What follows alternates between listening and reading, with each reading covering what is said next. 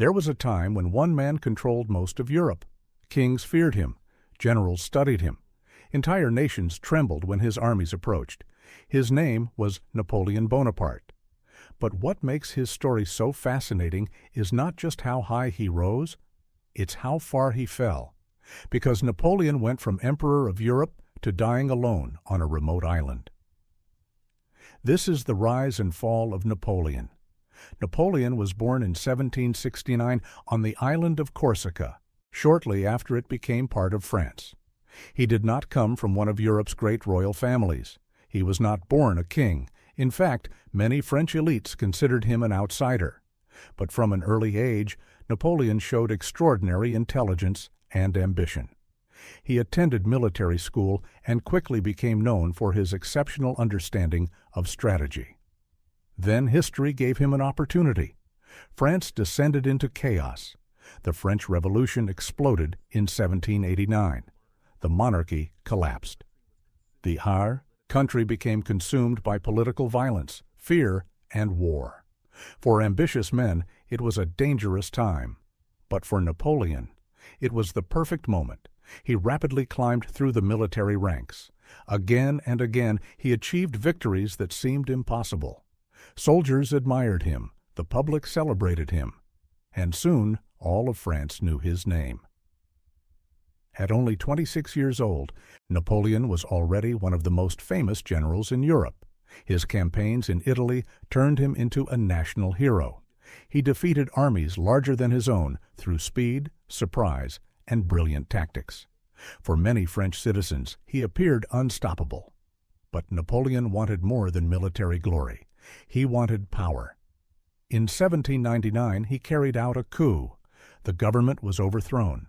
Napoleon became the first consul of France. Officially, France was still a republic. In reality, Napoleon now ruled the country, and his ambitions were only beginning.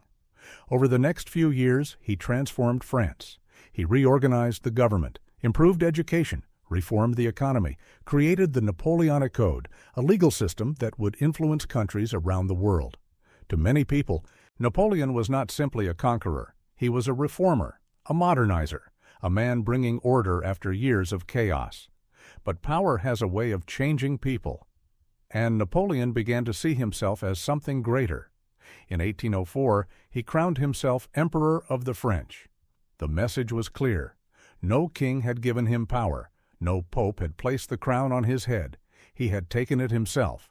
And Europe watched with alarm, because one thing had become obvious. Napoleon did not intend to stop. His armies marched across the continent. Austria was defeated. Prussia was crushed.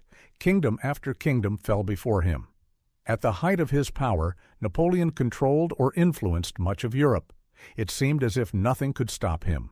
Some even wondered if he would create an empire greater than Rome itself. But history is filled with powerful men who eventually begin believing they cannot fail. And that is often when their downfall begins. For Napoleon, that moment came in 1812. He decided to invade Russia. It would become one of the most disastrous military campaigns in history. Napoleon entered Russia with more than 600,000 soldiers. It was the largest army Europe had ever seen. But the Russians refused to fight the decisive battle Napoleon wanted. Instead, they retreated deeper into their territory. As they withdrew, they burned cities, villages, and supplies behind them. The French army advanced farther and farther until they reached Moscow. But the city was nearly empty. Soon fires consumed much of it. Napoleon had captured the enemy's capital. Yet he had won nothing.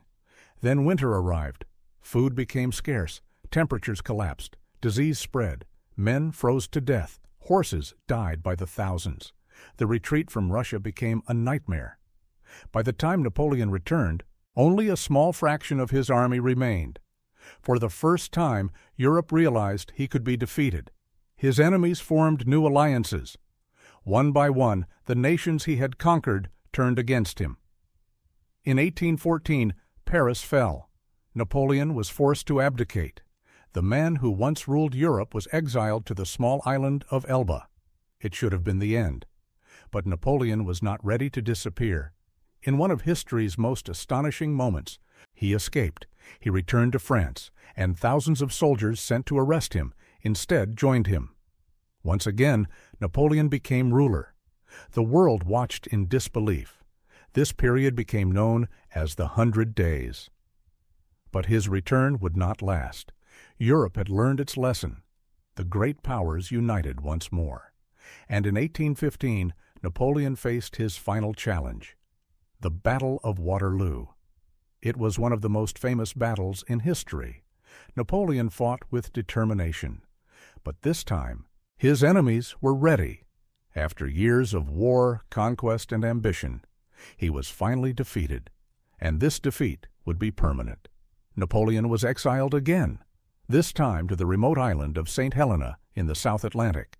There would be no second escape, no return, no empire, no armies. The man who had once commanded millions now lived in isolation, far from the capitals of Europe, far from the glory he had spent his life pursuing.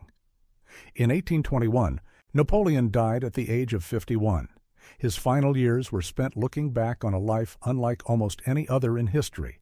A man born far from power, who rose to dominate an entire continent, a military genius, a reformer, a conqueror, and ultimately, a ruler consumed by his own ambition, because Napoleon's story is more than the story of one man. It is a reminder of how quickly power can rise, and how suddenly it can fall. The emperor who once seemed unstoppable eventually lost everything. Yet centuries later, his name remains one of the most famous in history, because few people have ever risen so high or fallen so far.